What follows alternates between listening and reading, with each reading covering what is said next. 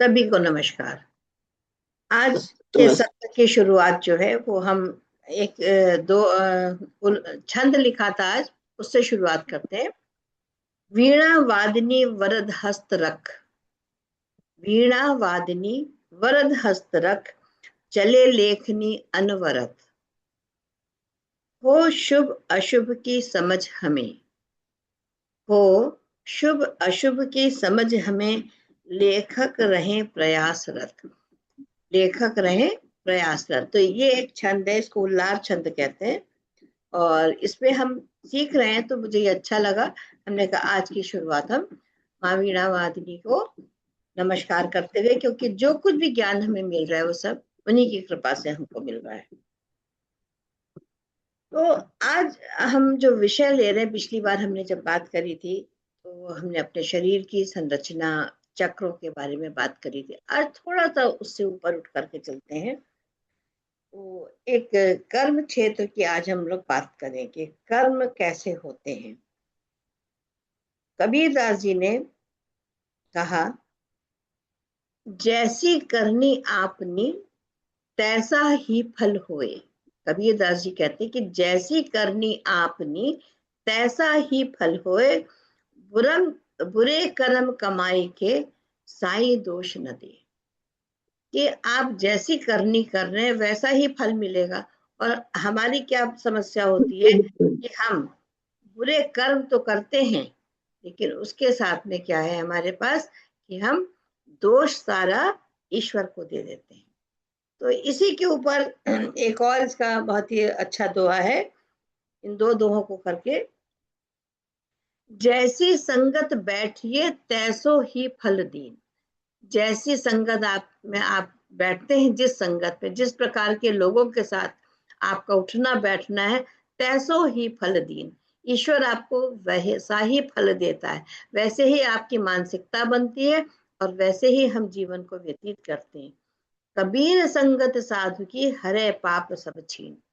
अगर आप साधु की संगत करते हैं, साधु का मतलब हम लोग का क्या होता है कि साधु हम किसको समझ लेते हैं कि जो चोला पहने हो, जो माला पहने हो, जो प्रवचन कर रहा हो, उसको हम साधु कहते हैं। साधु हम सब हैं, जो हमारे सतगुण हैं वही हमको साधु बनाते हैं कि किस प्रकार के हम कर्म कर रहे हैं और कितनी हम सेवा कर रहे हैं लोगों की।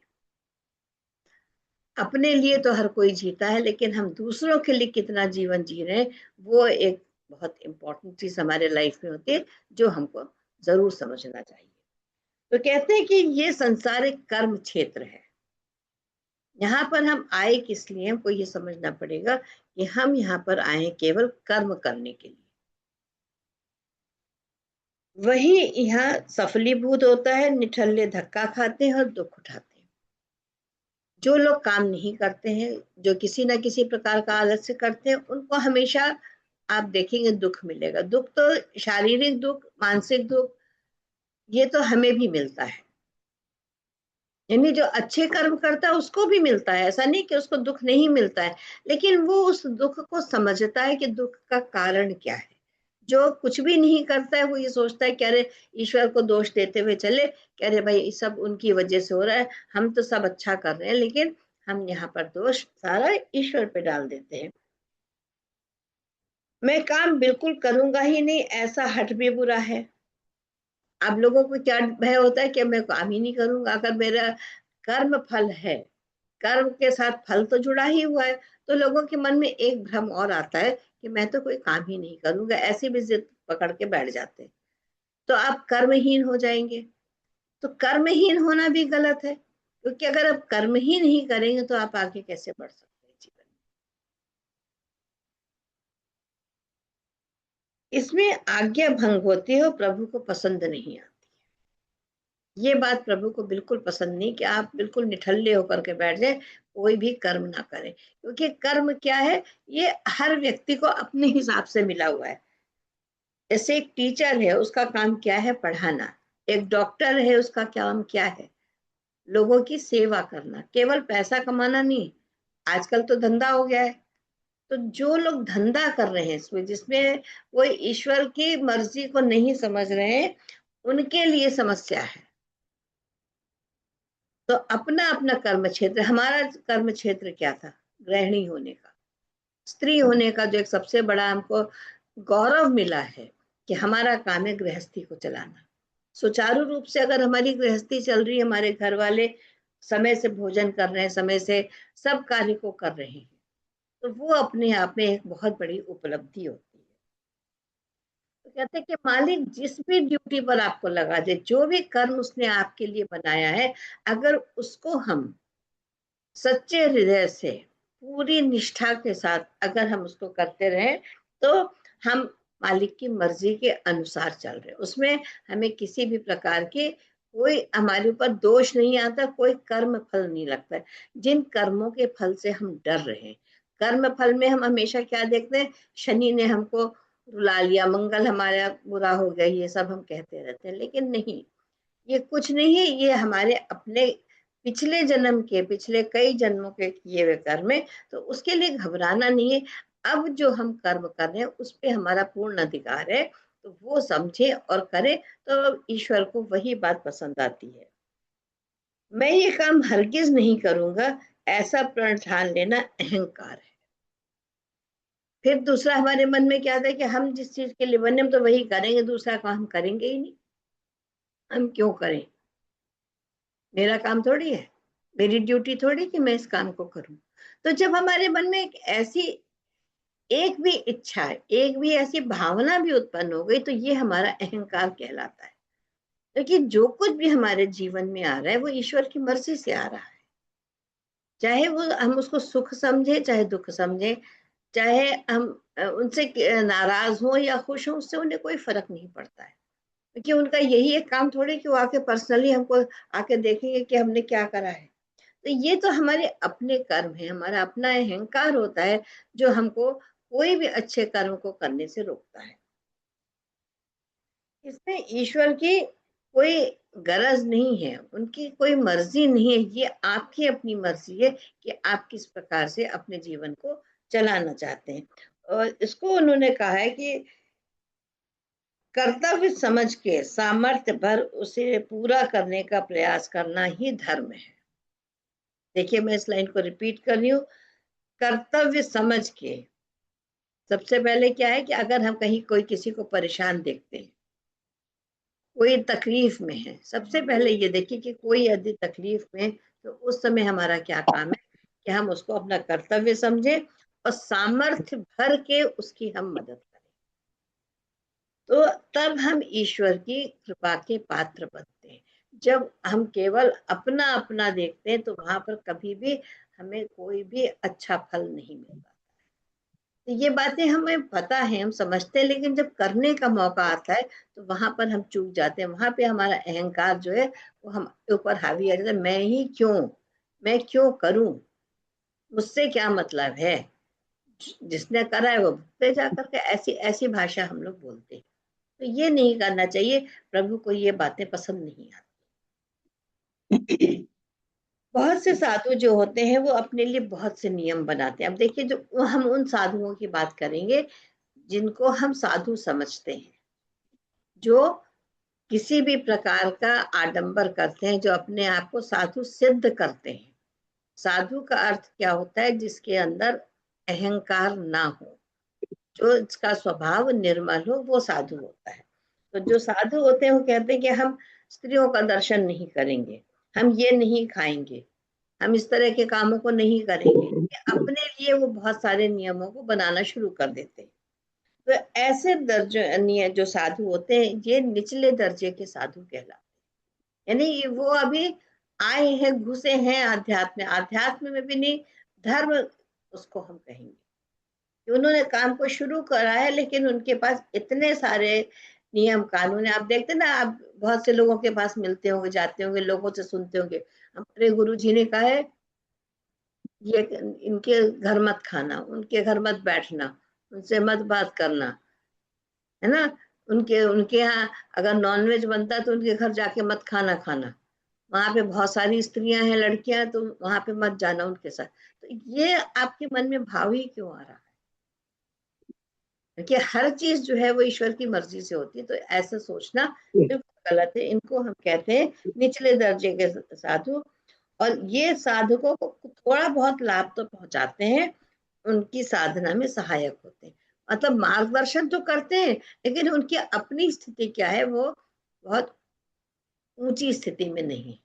मगर यहाँ पर क्या है कि मार्गदर्शन तो वो अभी भी हमारा कर रहे हैं, तो इसलिए हम उनको साधु तो कह रहे हैं, लेकिन वो किस दर्जे के साधु हैं ये हमको समझना है, क्योंकि हम अपनी स्थिति से समझ सकते हैं कि हम कहाँ पर हैं मौजूद।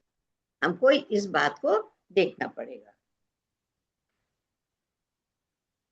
कुछ अपन उनकी पर ये भी अज्ञानता और मिथ्या गर्व है, ये भी जो उनके मन में बात आ रही है, ये उनकी अज्ञानता है, मिथ्या गर्व है उनका कि हम किसी की सहायता कर रहे हैं, क्योंकि हम सहायता नहीं कर सकते। हर किसी को सहायता करनी, एक मार्गदर्शन हम कर सकते हैं किसी का, और उसको बता सकते हैं, लेकिन अगर हम उसको किसी प्रकार के बंधन में बांध रहे तो हमारी साधना ही व्यर्थ है। तो हम दूसरे को क्या करें, जो कबीरदास जी का ही दोहा है यहाँ पर भी, जाका गुरु भी अंधला, चेहरा खरा निरंद। उसका चेहरा तो बिल्कुल ही मूर्ख होगा। अंधे अंधा ठेलिया दोनों खूब पढ़ंत। कहते हैं जैसे एक अंधा दूसरे अंधे को धक्का देगा, उसको राह दिखाएगा, तो क्या होगा, दोनों ही गड्ढे में गिर जाएंगे। तो इसलिए गुरु का जब हम चुनाव करें तो सोच समझ के करें, कि पहले उसके स्वभाव को समझें कि वो क्या हमको क्या किस प्रकार से हमारा वो मार्गदर्शन कर रहा है। कहीं वो हमें अनावश्यक रूप से प्रेशराइज तो नहीं कर रहा है, हमारे ऊपर कोई अपना प्रभाव डालने की कोशिश तो नहीं कर रहा है, आपको स्वतंत्र छोड़ रहा है कि आपको बंधनों में बांध रहा है। ये चीज अगर आप समझ लेंगे तो आपके लिए अपने गुरु का चुनाव, जो साधु है असली, उसको आप देख सकते हैं। कहते हैं कि ऐसे व्यक्ति कैसे होते हैं, ऐसा मनुष्य अपने को सामर्थ्यवान समझता है, इसलिए अहम रूपी चीते का शिकार बन मारा जाता है। क्योंकि वो अपने को सामर्थ्यवान समझना है, वो ये नहीं सोचता है कि हम सामर्थ्यवान कौन है, परम ब्रह्म। केवल परम ब्रह्म के पास सारी सामर्थ्य है, जो परम शक्तियां हैं। वो अपने को इतना सामर्थ्यवान समझता है, तो यहाँ पर उसके ऊपर कौन अटैक करेगा, उसका अहम रूपी चीता, यानी उसका अहंकार उसके लिए क्या बन जाएगा, चीता ही बन जाएगा, जो उसको स्वयं ही मार के खत्म कर देगा। तो वो कहीं पर भी किसी प्रकार से प्रोग्रेस नहीं कर सकता है। जो अपनी मर्जी पर चलने वाला है, वो देखने में चाहे कितना बड़ा सिद्ध महात्मा दिखाई दे, असली प्रेम की उसे पहचान नहीं होती है, उसकी हवा भी उसे नहीं लगी। ऐसा बहुत से दर्शनों में बताया गया है। तो उसका जो दर्शन है वो भी दुर्लभ है, क्योंकि उसके पास कुछ है ही नहीं देने को, तो हम उसके पास क्या दर्शन करेंगे।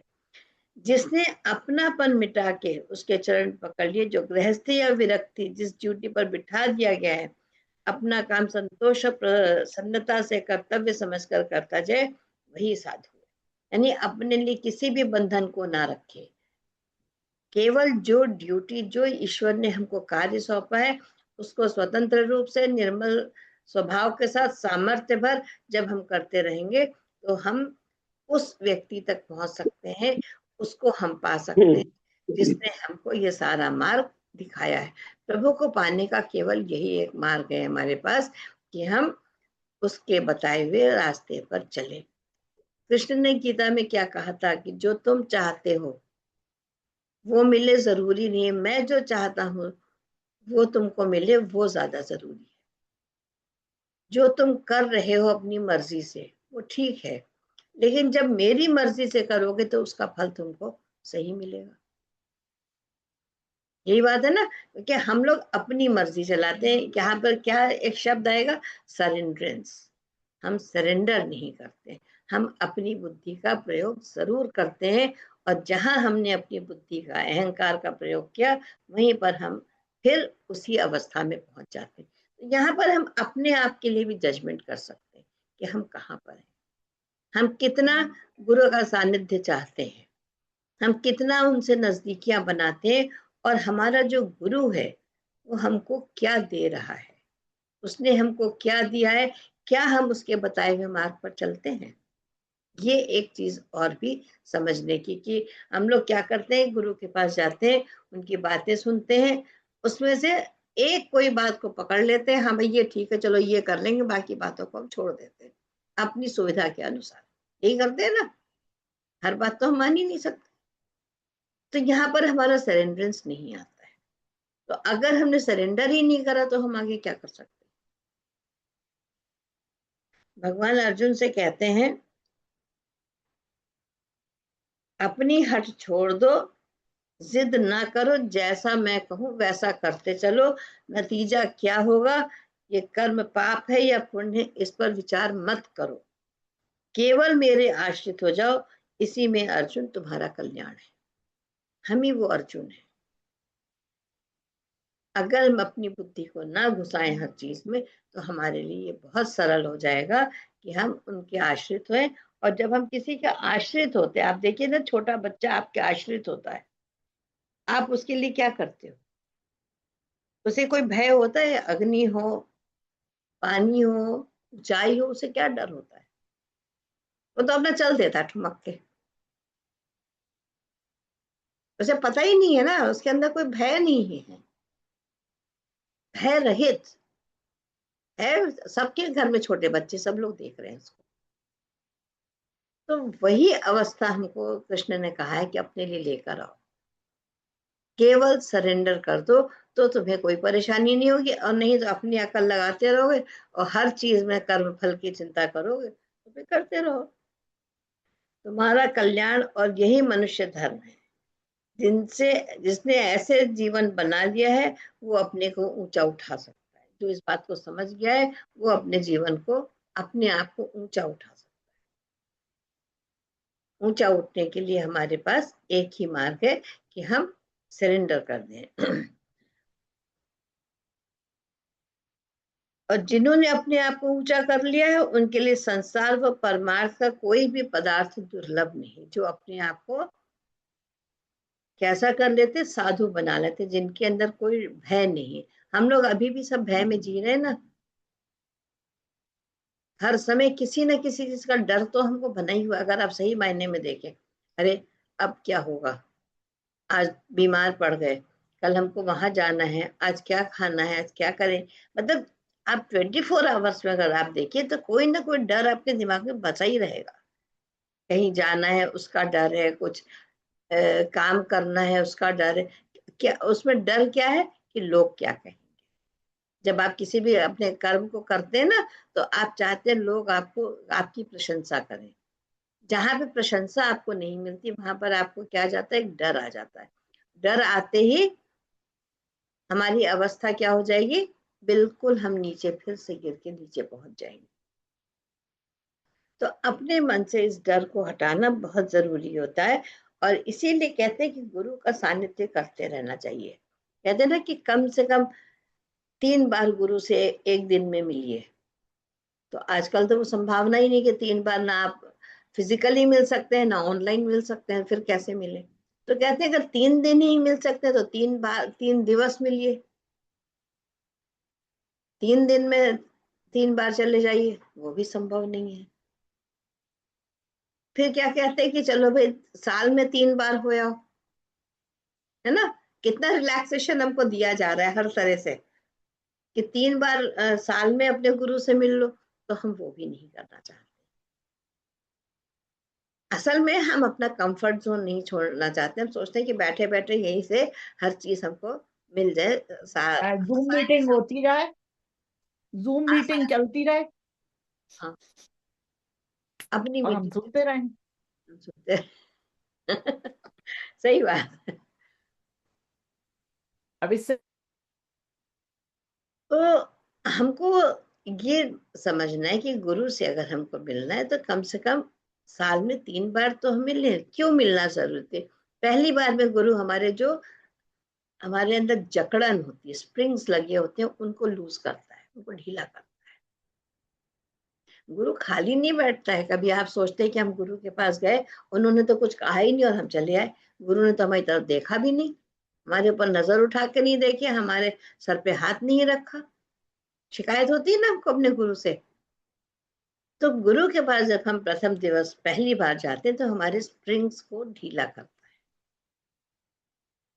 उसके बाद वो क्या करता है?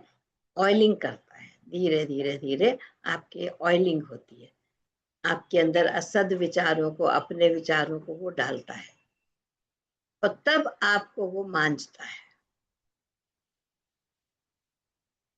तब कहीं जाकर के आप इस योग्य बनते हैं कि उसकी बातों को समझ सके, क्योंकि हमें बातें ही नहीं समझ में आती है ना पहली बार में, तो पता नहीं क्या बोल रहे हैं। जैसे हमारे साथ सीमा जुड़ी थी शुरू में, सीमा कहते पता नहीं आप क्या बताती रहती, समझ में नहीं आ रहा। कितने और भी लोग थे जो भाग गए, हमारी समझ में नहीं आ रहा है, क्योंकि पेशेंस नहीं, सुनने की समझने की पेशेंस नहीं है। तो जब हमारे पास पेशेंस ही नहीं है तो हम किस तरीके से जीवन को अपने आगे चला सकते हैं। तो गुरु का सानिध्य जो है बहुत मुश्किल से हमको मिलता है, और उसको हमें जरूर उस चीज को समझना चाहिए। अंततः क्या होता है, जब हम सब सत्कर्म करते हैं, जब हम गुरु की शरण में जाते हैं, जब हम अच्छी चीजों को स्वीकारते हैं, नकार नकारना नहीं है, जो कुछ भी आपके जीवन में आ रहा है। देखिए एक चीज, ये सबसे जो अहम चीज होती है जो हम भूल जाते हैं, कि जो भी परिस्थिति हमको मिल रही है उसको हम स्वीकार लें, उसमें हम अपनी बुद्धि ना चलाएं, क्योंकि जो कुछ भी हो रहा है ये हमारे पिछले कर्म है और ईश्वर की रजा है। इसको ये मान लीजिए कि प्रभु चाहते हैं कि हम जो भी परीक्षा हमारे जीवन में आ रही है उसको हम पास करें। हम उसको किस तरीके से लेते हैं वो हमारे लिए जरूरी है। आज अगर कोई ऐसी बच्चा जा रहा है या हम ही जा रहे हैं, कहीं हमको चोट लग जाती है, बुखार आ गया, तो हम इवन उसके लिए भी भगवान को दोष देने लगते हैं। हम ये नहीं सोच रहे कि क्यों हमारे साथ ऐसा क्यों हुआ है। तो वो अगर विचार हम करें तो हमारी बहुत सी चीजें अपने आप ही दूर हो जाएंगी। क्या कहा है कबीर जी का, एक और बड़ा अच्छा दोहा है, जब तू आया जगत में लोग हंसे तू रोए। यानी कितने कितने कटु सत्य है कि जब तू आया जगत में लोग हंसे तू रोए, ऐसी करनी ना कर पीछे हंसे सब। जब तुम आए थे, पैदा हुए थे, तो क्या हुआ था, तुम तो रो रहे थे कि भाई हम दुनिया के आवागमन के चक्कर में फिर फंस गए, और माँ बाप और लोग बाग खुशियां मना रहे थे। यही होता है ना कि बच्चा हुआ तो कितने, बच्चा बेचारा रोए जा रहा है, रोए जा रहा है, और बाकी घर वाले खुशी मना रहे हैं। तो उसका दुख तो कोई सोच ही नहीं रहा है कि बच्चा रो क्यों रहा है, क्योंकि उसे पता है उस आत्मा को कि हम आवागमन के चक्कर में हम फंस गए फिर से। तो कह रहे कि ऐसी करनी ना करे पीछे हंसे सब, कि जब तुम जीवन से को त्याग के जाओ, जब तुम जाओगे अंतिम क्षणों में, तो ऐसा ना हो कि लोग तुम्हारे ऊपर हंसे, कि लोग तुम्हारी हंसी उड़ाए, तुम्हारे जाने से लोग प्रसन्न हो, ऐसा ना हो। यानी आते समय तो प्रसन्न हुए वो तो ठीक है, पर तुम्हारे जाने से उन्हें प्रसन्नता ना हो, ऐसा मत करना, हंसी ना तुम्हारी उड़ाए।